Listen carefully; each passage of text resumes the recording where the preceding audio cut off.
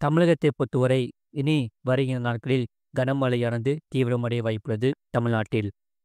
அதாவது வட உள் தமிழக மாவட்டங்களில் ஒரு சில இடங்களிலும், இதர தமிழக மாவட்டங்களில் ஓரிரு இடங்களிலும் மழை பெய்துள்ளது.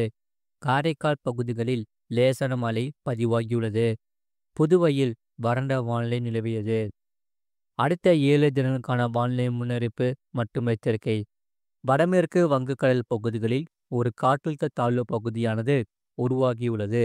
இது அடுத்த 24 மணி நேரத்தில் மேலும் இது வலுவடைந்து மேற்கு மற்றும் வடமேற்கு திசையில் நகர்ந்து அதுக்கடுத்த 24 மணி நேரத்தில் ஒரிசா பகுதிகளை கடந்து செல்லக்கூடும். மேலும் மேற்கு திசை காற்றின் வேக மாறுபாடு காரணமாக வருகிற நாட்களில் கனமழையானது பதிவாக வாய்ப்பது தமிழ்நாட்டில். குறிப்பாக 3ஆம் தேதி வட தமிழகத்தில் ஒரு சில இடங்களிலும், தென் தமிழகத்தில் ஓரிரு இடங்களிலும், புதுவை மற்றும் காரைக்கால் பகுதிகளிலும் இடி மின்னலுடன் கூடிய லேசான மழை முதல் மிதமான மழையானது பெய்யக்கூடும். மற்றும் இதில் பலத்த தரைக்காற்று மணிக்கு 40 முதல் 50 கிலோமீட்டர் வேகத்திலும் வீசக்கூடும். 4ஆம் தேதி முதல் 8ஆம் தேதி வரை தமிழகத்தில் ஓரிரு இடங்களிலும், புதுவை மற்றும் காரைக்கால் பகுதிகளிலும் லேசான மழை முதல் மிதமான மழையானது பதிவாக வாய்ப்புள்ளது. அதிகபட்ச வெப்பநிலை பற்றிய முன்னறிவிப்பு. 6ஆம் தேதி வரை தமிழகம், புதுவை மற்றும் காரைக்கால் பகுதிகளில் அதிகபட்ச வெப்பநிலையில் பெரிய மாற்றத்திற்கான வாய்ப்பு மிகவும் குறைவு. எனினும் ஒரு சில இடங்களில் சற்று உயரக்கூடும்.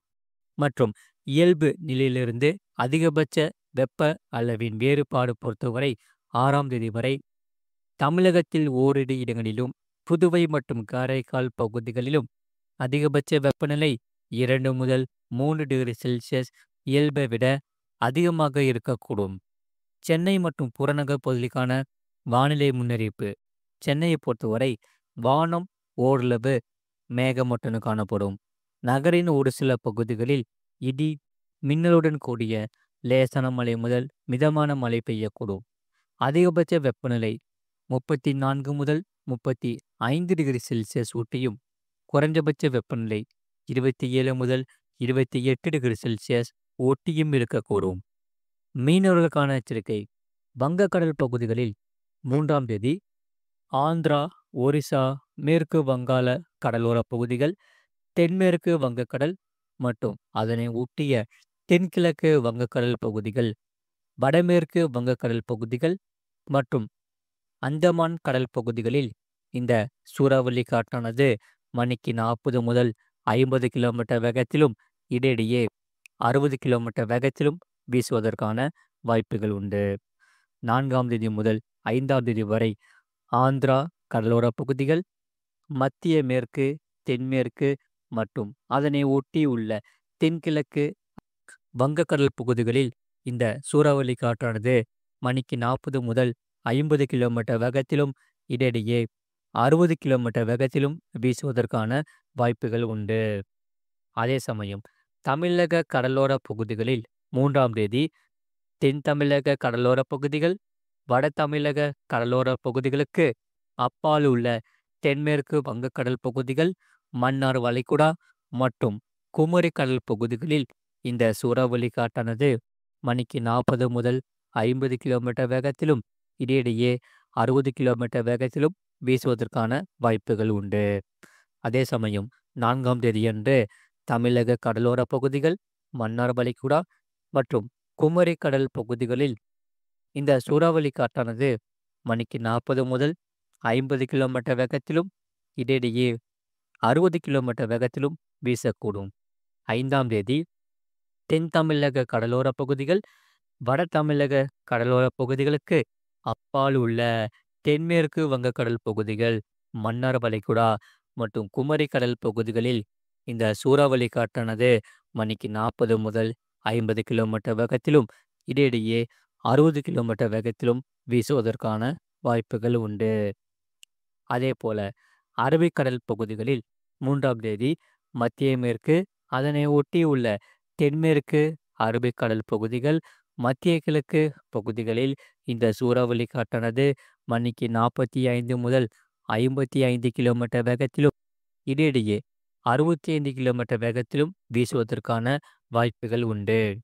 அதே சமயம் இதில் கொங்கன், கோவா, கர்நாடகா, கேரளா கடலோர பகுதிகள், அதனை ஒட்டியுள்ள மத்திய கிழக்கு அரபிக்கடல் பகுதிகள், லட்சத்தீவு, மாலத்தீவு பகுதிகள் மற்றும் அதனை ஒட்டிய தென்கிழக்கு அரபிக்கடல் பகுதிகளில் இந்த சூறாவளி காற்றானது மணிக்கு 40 முதல் 50 கிலோமீட்டர் வேகத்திலும், இடையிடையே 60 கிலோமீட்டர் வேகத்திலும் வீசுவதற்கான வாய்ப்புகள் உண்டு. அதே சமயம் 4ஆம் தேதி அன்று மத்திய மேற்கு, அதனை ஒட்டியுள்ள தென்மேற்கு அரபிக்கடல் பகுதிகள், மத்திய கிழக்கு பகுதிகளில் இந்த சூறாவளி காற்றானது மணிக்கு 45 முதல் 55 கிலோமீட்டர் வேகத்திலும், இடையிடையே 65 கிலோமீட்டர் வேகத்திலும் வீசக்கூடும். இதில் குஜராத் மற்றும் கொங்கன், கோவா, கர்நாடகா, கேரளா கடலோர பகுதிகள், அதனை ஒட்டியுள்ள மத்திய கிழக்கு அரபிக்கடல் பகுதிகள், லட்சத்தீவு பகுதிகள் மற்றும் அதை ஒட்டிய தென்கிழக்கு அரபிக்கடல் பகுதிகளில் இந்த சூறாவளி காற்றானது மணிக்கு 40 முதல் 50 கிலோமீட்டர் வேகத்திலும், இடையிடையே 60 கிலோமீட்டர் வேகத்திலும் வீசுவதற்கான வாய்ப்புகள் உண்டு.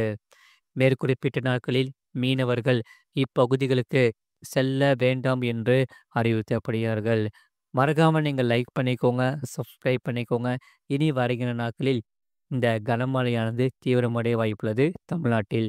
அதே சமயம் இந்த மழையை பொறுத்தவரை இரவு, அதிகாலை மற்றும் மாலை நேரத்தில் இந்த மழையானது பதிவாக வாய்ப்புள்ளது.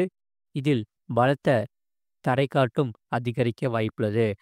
கடந்த 24 மணி நேரத்தில் பதிவான மழையின் அளவு நாமக்கல் மாவட்டம் நாமக்கல் AWS 5 சென்டிமீட்டர் பதிவாகியுள்ளது. நீலகிரி மாவட்டம் தேவாலா 4 சென்டிமீட்டர் பதிவாகியுள்ளது.